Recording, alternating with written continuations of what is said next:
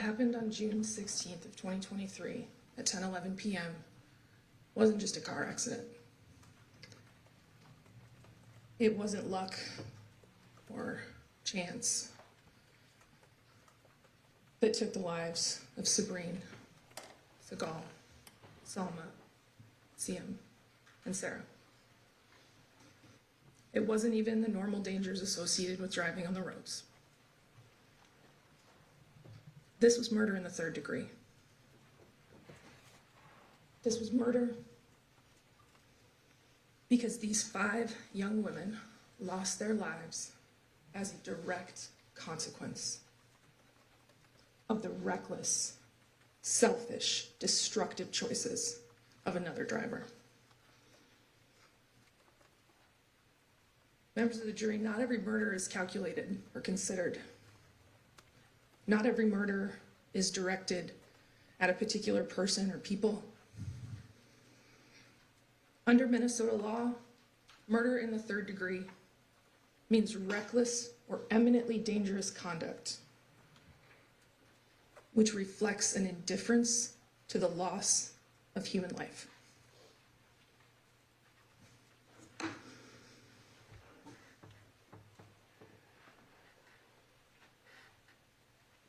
So what does indifference sound like? Well, do you know how long this is going to take? I don't think it'll be too much longer. We're just trying to coordinate it, so. I'm just waiting to figure it out. Oh, okay. So when I know more, I'll let you know, but right now there's just a lot of pieces to the puzzle that are. Yeah, I don't want to be here all night, though, you know? No, I get that. You won't be. Like, only thing I needed somebody to say it wasn't me, you know, so I can go about my day. I got that. Yeah, we're just waiting to have the people that are gonna look at you kind of get in the area. I think this is what we're waiting on at the moment. And then once that happens, they'll just take a look at you and. Yeah, I know y'all got a clear perimeter to do all that. I don't want to wait on all that. I see they doing it already, but I do got things I do want to get done on my Friday night, you know? It's been a long day.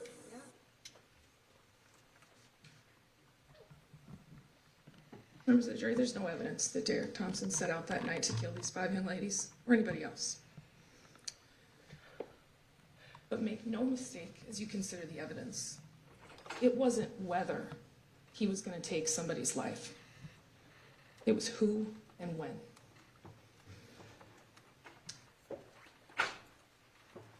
It could have been any of those cars stopped at the light or in the other lane just as he pulls up to the Lake Street exit.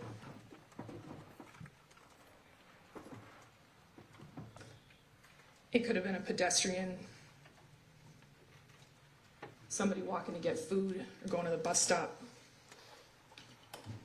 It could have been that minivan that drove into the intersection 1 second later.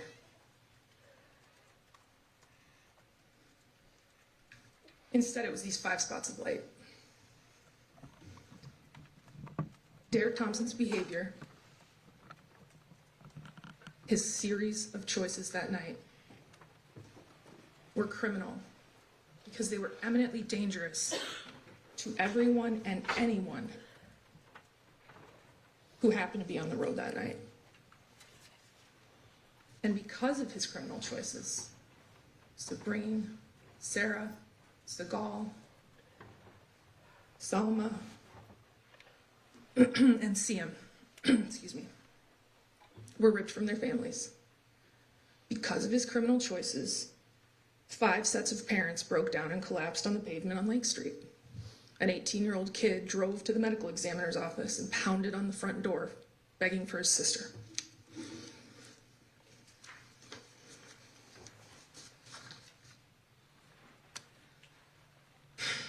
The defense attorney acknowledged in opening that this was an indisputable tragedy, and I expect he may do the same in closing. But members of the jury, do not let their acknowledgement of the immeasurable scope of this tragedy distract you from the reason you're here. You are not here because 5 families were broken. You're here because the law was broken. Derrick Thompson's behavior the series of choices he made broke the law, and the evidence has proven that beyond a reasonable doubt. I'm going to talk to you broadly about three things. And when somebody's about to talk at my face, I like to hear a general game plan for what they're going to talk about. So here it is. First, I'm going to go through the video in chronological order. I'm not going to play all of it. I'm just going to hit on the kind of the categories of video and put them in chronological order. In part because they didn't necessarily come into evidence in chronological order, and in part because I'll reference it as I argue the charges in this case. The second thing I'll talk about is the evidence that proves Derrick Thompson was the driver. Because if he was the driver, he is guilty of criminal vehicular homicide without question. And finally, I'll talk a little bit more about what murder in the third degree means and how the evidence fits those elements.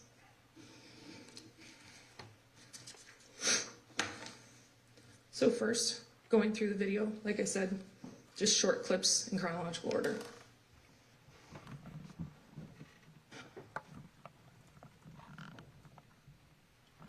So starting at 9:30, 9:35 or so, the defendant arrives at Hertz.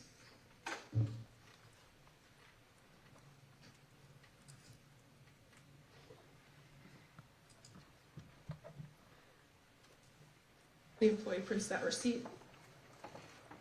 That's later flutters out of the passenger door when the trooper opens it. Timestamped at 9:46.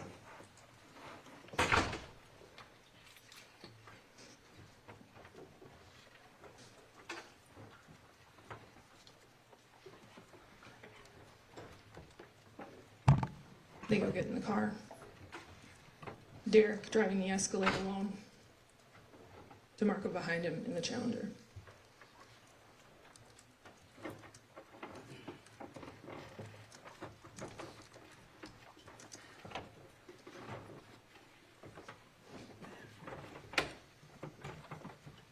Note the time, members of the jury, 10:09 p.m. The Escalade appears on that first 35W traffic camera, passing under 5th Street, just coming up to where that trooper is parked.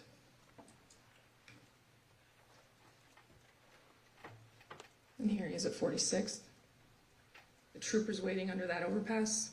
He's about to pass him.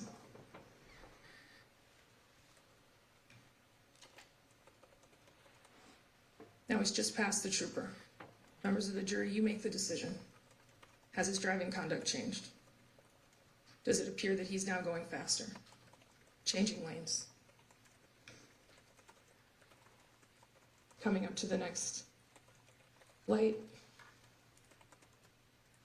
you can see the trooper behind him hasn't gained a lot because at this point,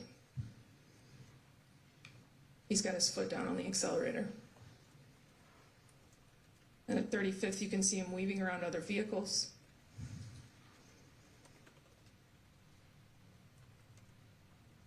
And you note the trooper who's trying to catch up with him hits his brakes at least once for the safety of other cars and based on the traffic that are on the interstate at that point. And finally, as he gets off the interstate here, crash reconstruction estimates he's going 116 miles an hour as he gets off on that exit.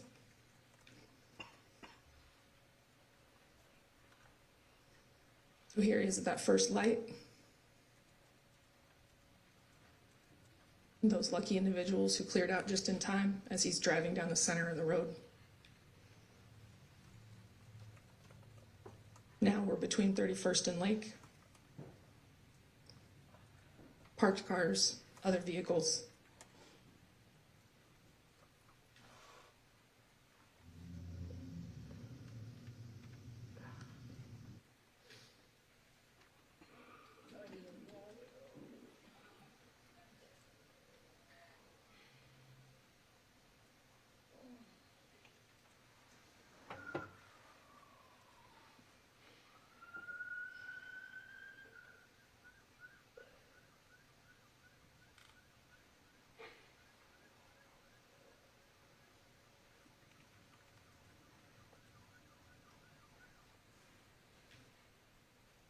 I can Oh, crash. We are Lake Street.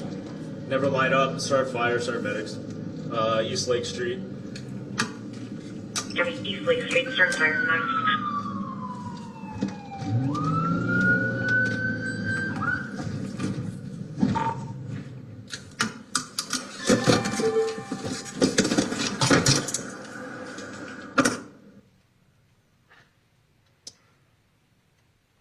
Switching to the body cam of Trooper Guerra.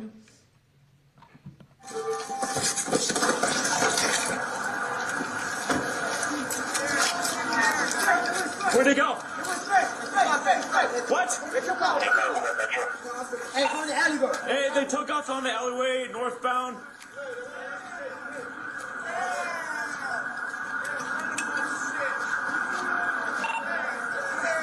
Sorry, medics here. We got confirmed 5-4 here. Suspect fled northbound. Suspect's vehicle is John Paul Robert, 235 T-bone at the intersection.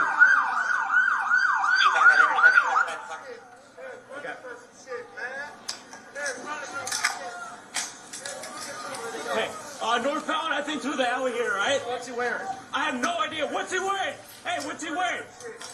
What's he wearing? What's he gray sweater? Yeah, white, okay. White or gray sweater? Is it black male? And he got locks. White male, black male? Hey, stay away, stay away. Only takes up a check. Thank you, Jack.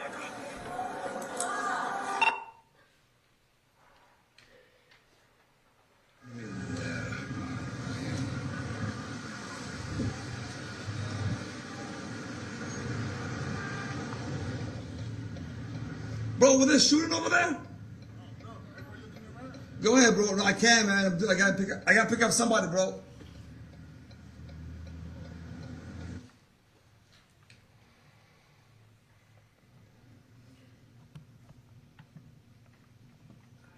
Crosses Lake Street, walking into the Taco Bell parking lot area. So basically those last two videos, the one taken by Mr. Muhammad and this one from the front kind of area of Sabri properties adjacent to Taco Bell, those basically take you across Lake Street. He's walking into Lake Street in the beginning of Mr. Muhammad's. He's finishing walking across the street here.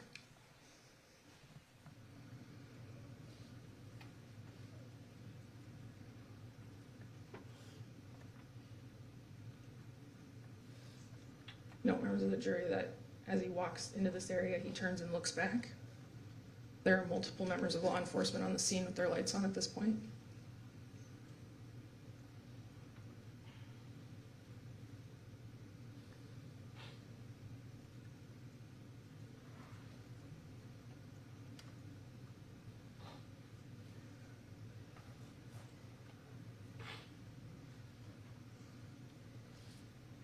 Is clearly struggling to get much farther by foot, makes the decision basically to try to blend in.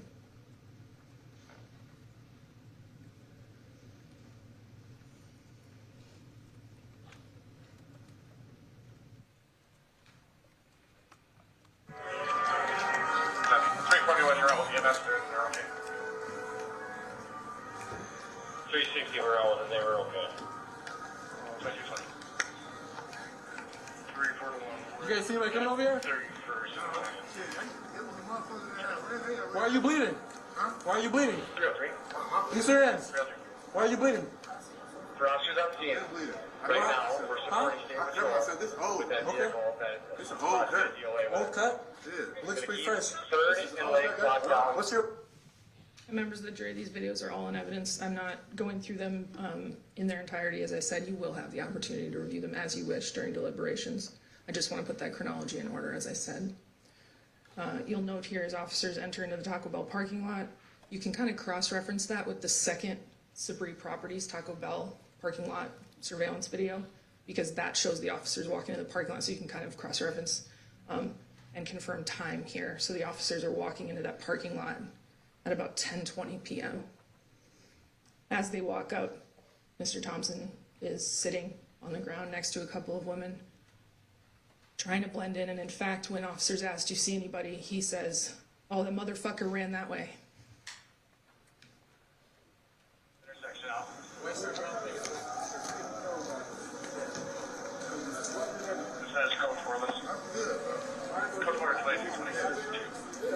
literally has blood on his face. So that's why we It's you, bro. You've been here a hot minute. I've been here a hot minute, bro.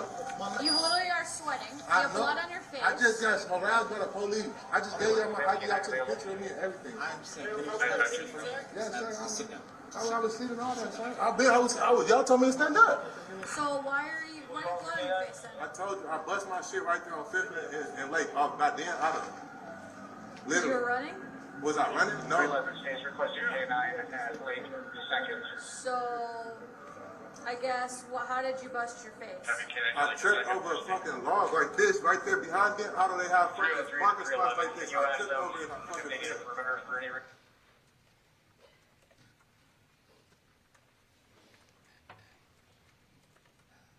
So 10 or 11 minutes before, he has virtually cut that Honda Civic in half. The police approach him and he starts complaining immediately about being harassed.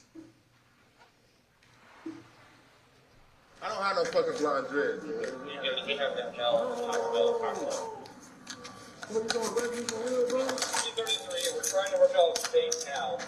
Get a hold of that guy. We'll get someone over to check it out here. Let's just put him in squad car. Yeah, thank you, please, sir. Such a I don't have blonde dreads or anything. My dreads is not blonde, sir. We'll check. We'll make sure. Far from blonde. Thanks, my man. Yeah, it's all good. It's all good.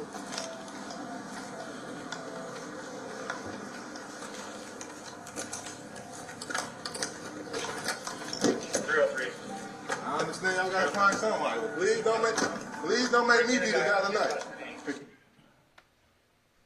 As that video continues, as you can review in deliberations, he visibly struggles to turn and manipulate his body to even sit down in the back of the squad car.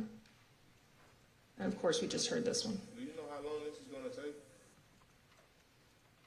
That's as he's waiting for that show up. And here's the show up. Yeah, it is gonna be hard with these handcuffs. Yeah, I hear you. Want some help with your feet? Nah, it's just hard to get out there with these handcuffs.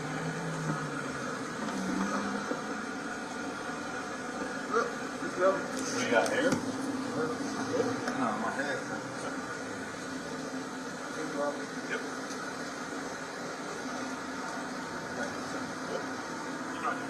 Did you tell these people that this is nothing?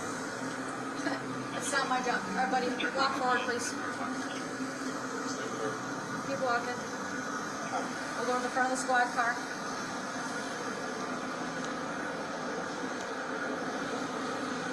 Let me know when Tell them that this Let is me know not when me. to turn. Please tell them that this is not me. I'm 6'5". It's not hard for me to be missed. I am 6'5". It's not hard for me to be missed. My hair is not blonde. My hair is red. Can you please tell them that this is not me?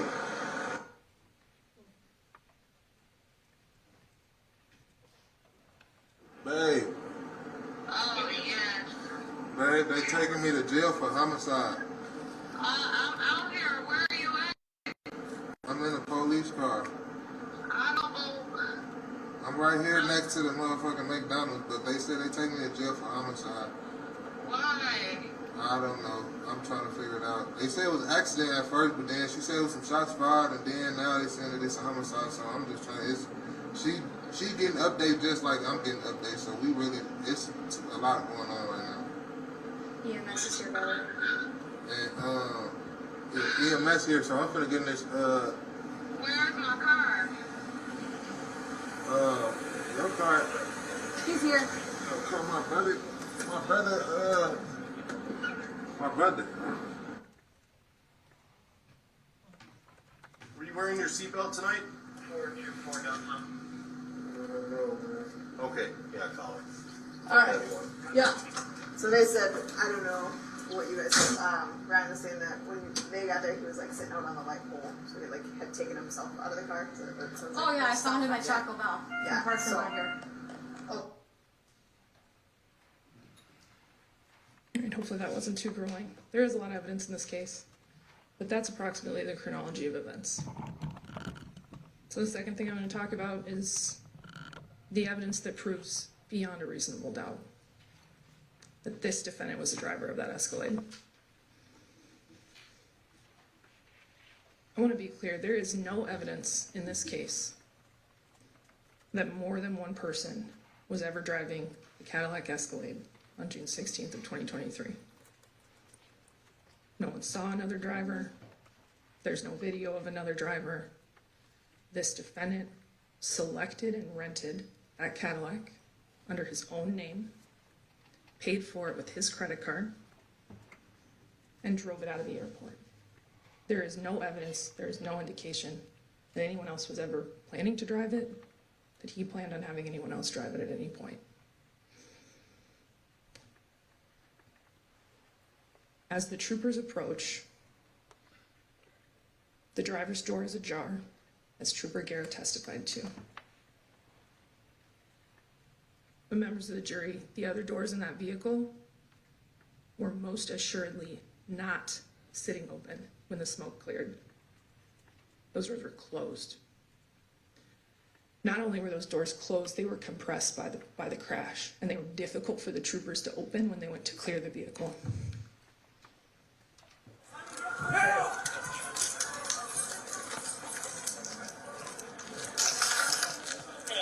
All right, guys ready? Yep. Open. Clear. Please, hands up! Back. Clear. Front. Front. All right, go ahead, open.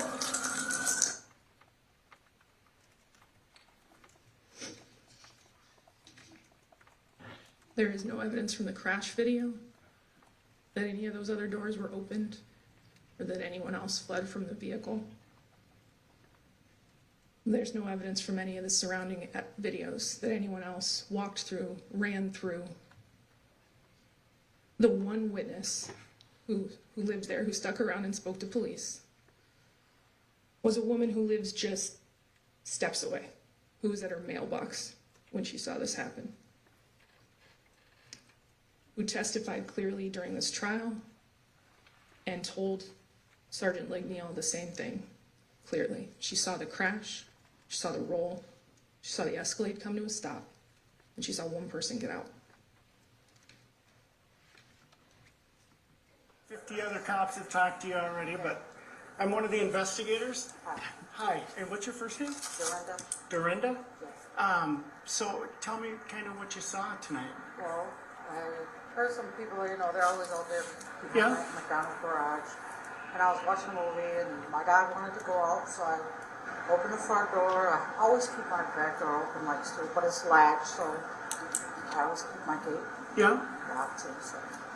But I let my dog out, and I went to go get my mail. As soon as I reached in the mailbox, I heard screech, boom, boom. I saw the SUV come tumbling in front of me. Okay. I was like, holy shit, what the fuck? So I kind of froze. The dog was barking. People behind the garage were like, oh shit, blah, blah, blah. And I just kind of froze. And I saw the guy, like, kind of climb out of the car and grab his leg and start running through my neighbors. Okay. And then, so he came out of the SUV? Well, I was like trying to grab my dog, but I didn't see him. But yeah, I seen him leaving the SUV. I didn't see him get out. Okay. But I seen him like. And just the one guy? Just one guy. Yeah. Okay. And then, what was he wearing? The white T-shirt and the kind of gray and green sweatpants. Okay. And he had like a beanie cap on too. And Was he he had dreadlocks? White, black? Black. Okay. Like 6+. Okay. Was he heavy, medium? Like medium. Okay. So green and gray sweatpants and a white T-shirt, and like what color was the beanie hat? I don't know. It's like gray. Okay. And how long were his dreads? Like to his shoulders. Okay. And then so you saw him come running through the yards here, and then no, I didn't. Well, I seen him go this way. Okay. But then I was like, I came in. I was like, holy shit! I grabbed my dog, put him in, shut the front door, and I was like, oh shit, my back door's open. So I was like, I seen him go this way. So I was like, came out to the porch here, and I seen him come through here and run this way. Okay. Towards that third and light. Okay. But I don't know after that. So you were about 5 or 6 feet from him? I was like, right. Okay. And then, were you talking with the cops when he? No. The cops weren't even here yet. I saw the whole crash in the car roll. The cops weren't even At some point, did you see this guy again with the police or the? Okay. And did you tell one of the cops that that was the guy that you saw? Yes. Okay. Yes. I mean, I was like, well, he got a limp because he was holding his leg and he was limping. Okay. And I was like, well, when I was in the back of the cop car, I was like, well, can you like maybe walk by me or something so I can be positive? And so they were like holding him up, but his leg kept getting on. I was like, yeah, that must be him, yeah. Okay. He had like a cut on his forehead. Same clothes as the person you saw running? Okay. All right. I appreciate it. Members of the jury, I expect you'll hear some argument in a few minutes about that beanie cap. So I want to address that directly. So when you look through the evidence, and I would submit to you that maybe the ambulance video is the best view to get all the details of what Mr. Thompson looked like that night. But you've also got video and evidence of him limping in the dark. The way that his dreads are twisted down against his head and then loose at his neck, I would submit to you, members of the jury, is in the dark to a witness consistent with someone who has a hat with hair coming out. And if you watch that video, as she describes it, she actually does this with her hands.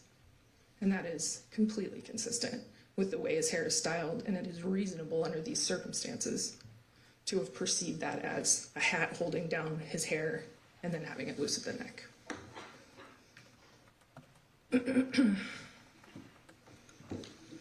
The defendant's injury, in this case, the specific injury, the fractured acetabulum, that's the concave part of the pelvis on the right side. Because in that 1 second before the crash, he moves his foot and he's jamming it against the brake. And that's where his foot is extended out as the crash occurs. That injury to his right side of his pelvis is wholly consistent with that.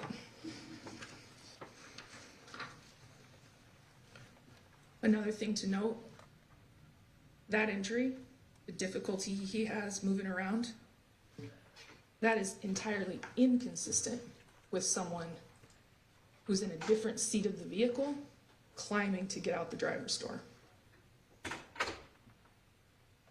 He can barely sit down and stand up from the squad car.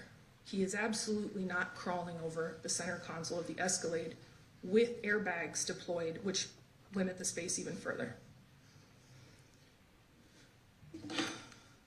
The DNA in this case, we've got a rental car here, we've got mixtures as we so often do. On the driver's door, it is more than 100 billion times more likely that Derrick Thompson is included in that mixture than if he is not included in that mixture. DeMarco Thompson, moderate support with the DNA. I'd ask you to consider, however, members of the jury, Derrick and DeMarco Thompson are brothers, and family members share characteristics of DNA. Sustained. It's also possible that if some amount of DeMarco's DNA is included in that mixture, it's from when they were looking at the cars together. The much higher likelihood ratio for Derrick Thompson is also most consistent with him being the last person to have touched that.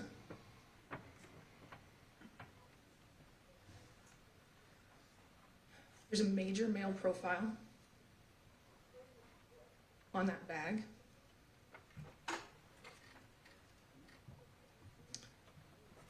There's a major male profile on item B in that bag. And then there's a mixture from which Derrick Thompson cannot be excluded from item C with a high likelihood ratio. DNA is tricky. It's one of those things that we think is going to be, sort of the conclusive evidence of a particular thing, but DNA can't ever tell the whole story. So when y'all pass that microphone around during jury selection, each of you touched it. There's probably a mixture of DNA on it. If we swabbed it, we'd almost certainly get a mixture. Some of you would be included. There would be some likelihood ratio. It wouldn't tell us when or why. The other evidence in the case has to tell us that. As you heard in this case, transfer is possible with DNA. But what's something that doesn't transfer? Fingerprints. You don't wipe somebody's fingerprint up off something and deposit it down on another surface. And in this case, the fingerprints show that his right index finger is on the center of the dash, and his right ring finger is on the screen of the iPhone, plugged into the center console in the cup holder. Are those two things consistent with someone in the driver's seat, in addition to all the other evidence?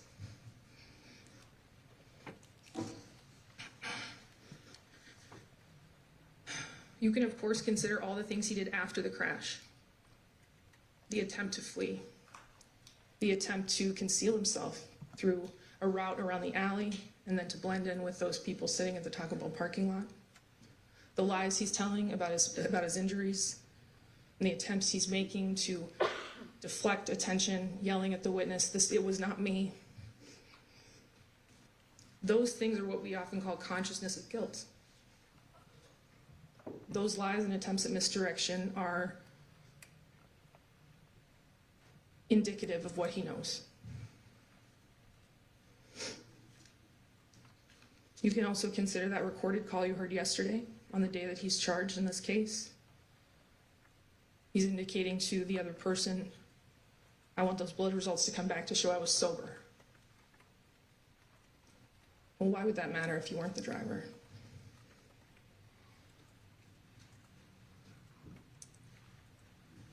It was several days ago now, but the first witness in this case was Kenitra Walker. She testified that he said he was driving. That, members of the jury, is direct evidence of that fact. A witness telling you that he admitted it. A little bit harder to forget because it was more recent, was yesterday. Marco Thompson. The only other person who ever touched that Escalade from Hertz on. DeMarco Thompson stated clearly and under oath that he never drove that car. He testified that the two of them drove a short distance from the airport. They stopped, and Derrick transferred some possessions from the Challenger into the Escalade and drove away alone in the Escalade. Members of the jury, his testimony is direct evidence of what he testified to, but there's also corroborating evidence of it in this case. So the timing, the distance from that airport location to the crash and the time it took, that's consistent with a short stop to transfer personal items.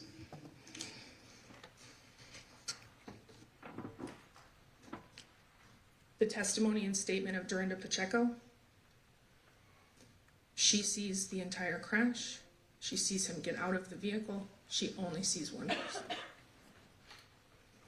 And the defendant's own words. When he's in the back of Officer Damon's car, he's using her phone, and Kenitra asks, "Where's my car?" And he says, "My brother."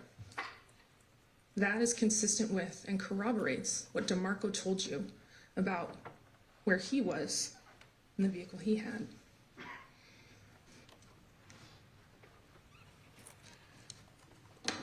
So as I said, if he is the driver, there is no question he is guilty of criminal vehicular homicide. There's 2 alternative counts of criminal vehicular homicide. He is guilty of both iterations of criminal vehicular homicide as to each one of these young ladies. So counts 2, 5, 8, 11, and 14. Grossly negligent driving. Don't rely on my shortened summary of the law. You should rely on the instructions that the judge gave you. I just wanted to have it a bit shorter for the purposes of discussing it here. The victim's death must be proven.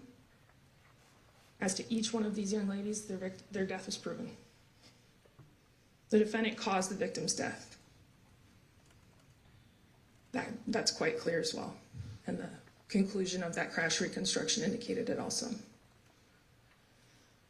The defendant caused the death while driving in a grossly negligent manner. So that's the aspect of this that makes this charge different from the others.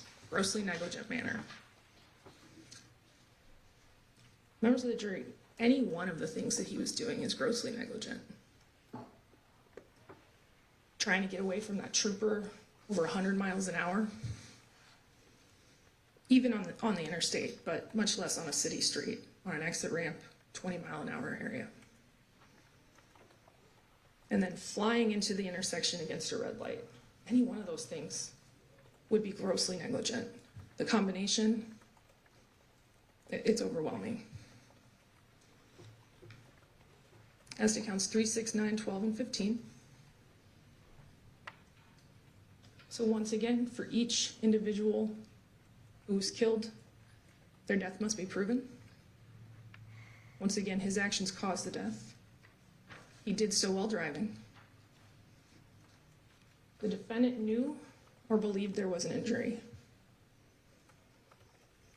You've seen the videos, you've seen the photos, you've seen the way other people reacted at the scene. There's absolutely no doubt that anyone involved in this would have known or believed that there was an injury. The 5th element is alternative. Either the defendant failed to stop and reasonably investigate what had happened, or he failed to give notice to law enforcement. Both of these things are true. You as a jury do not have to agree on which, if you all agree that this element is proven. But I would submit to you that both are quite abundantly true here. And finally, the date and the venue, as we call it, the jurisdiction. So the date you've heard a number of times in this case, happening within Hennepin County here in Minneapolis. That's what makes you the right jury and this the right courtroom for the case.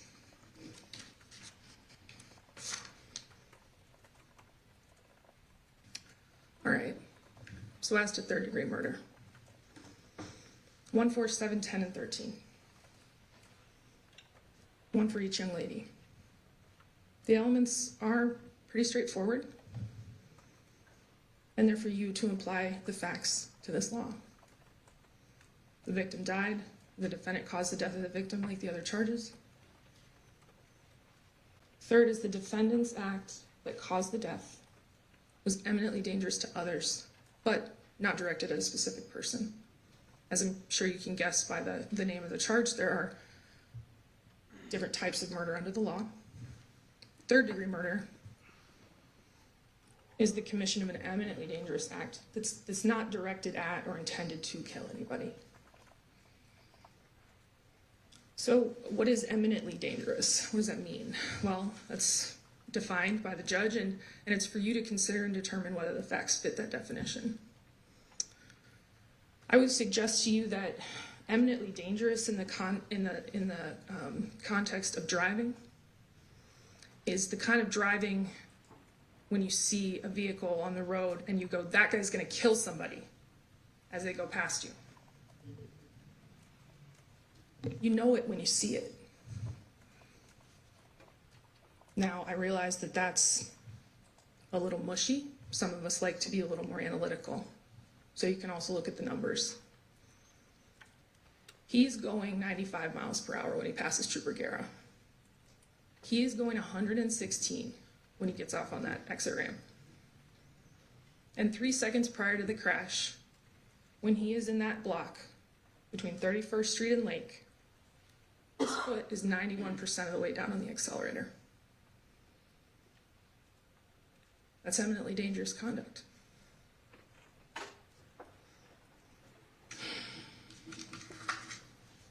Another aspect of the evidence that can help you conclude that the conduct was eminently dangerous is the completely catastrophic result.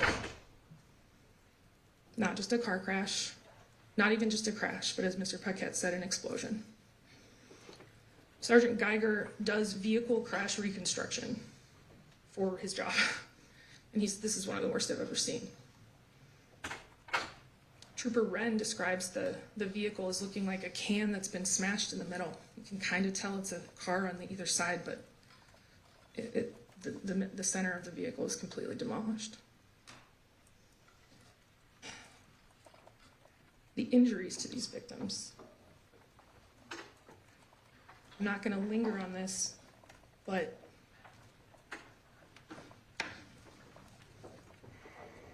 the medical examiner testified in this case. Her job, day in and day out, is to examine human remains and bodies. That's what she does for a living. Did it appear to you that it was difficult, even for her, to describe the injuries to these victims' bodies? That shows you how extraordinary the force in this case was. It shows you how violent this crash was, and it shows you how eminently dangerous his behavior was.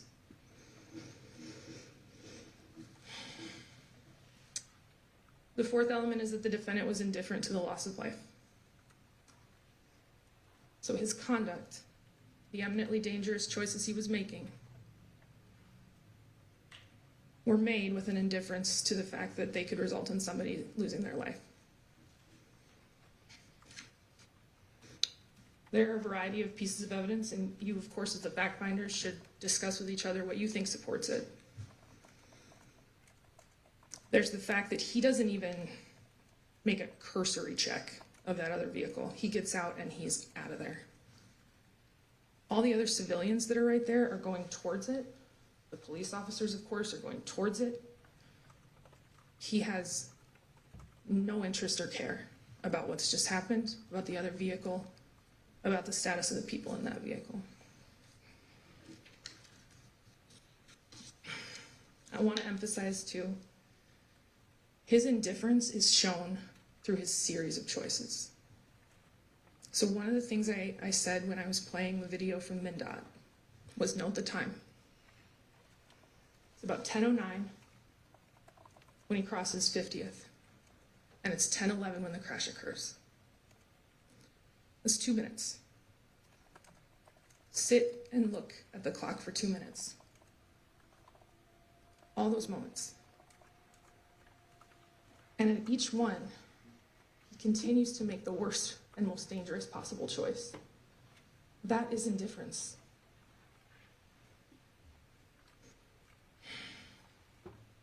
This isn't just somebody who, is passing on a country road and accelerates to get around a car momentarily.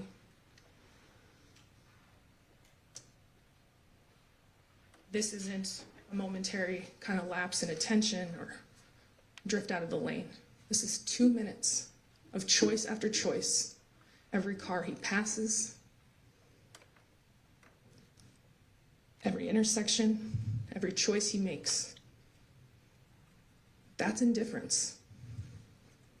It's indifference to all the people around him, the people on the road, the people on foot.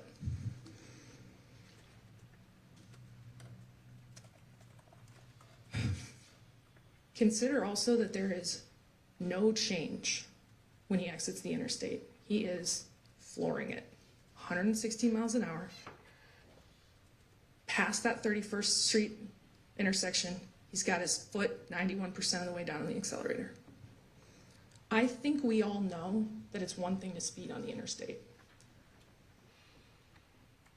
Most people have probably done it. It is a wholly different thing to get off the interstate at 116 miles an hour and continue to accelerate and continue at that speed in a 20-mile-per-hour speed limit road in the city,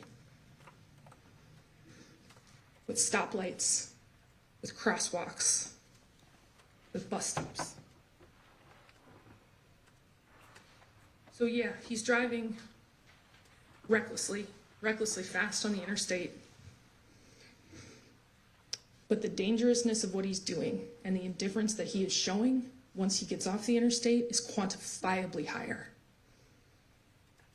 than it was before.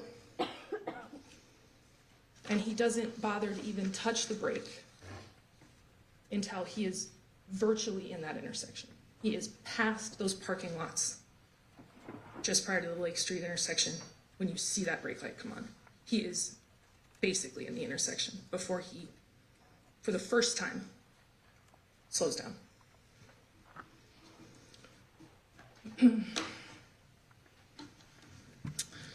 Members of the jury, he does not slow down because he doesn't care. That's what indifference means. He wanted to drive fast in the Escalade on I-35. He wanted to not be pulled over by the trooper. He didn't want his Friday night ruined. And once it was crystal clear that he was caught, that his Friday night was ruined, what are the first words out of his mouth? Can I get some medical attention?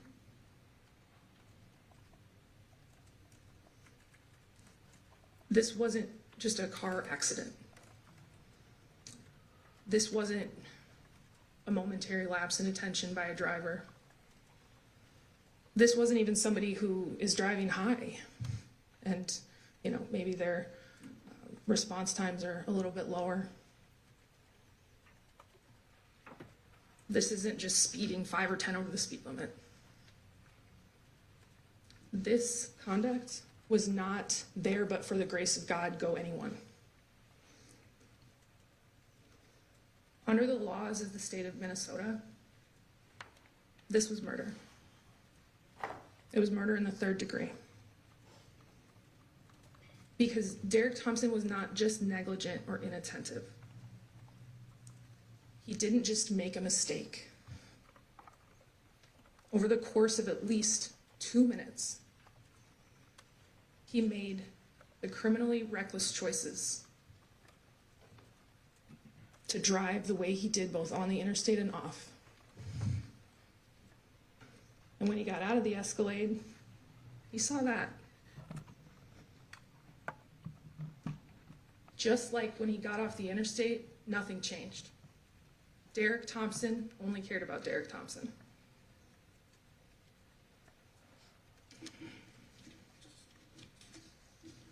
And he worried about getting away, not anybody else. That is indifference to human life, members of the jury. His conduct, both before and after, are those circumstances that help you determine what his state of mind was, and it was indifference. This was murder in the 3rd degree, and the state of Minnesota asks you to find him guilty of each and every count.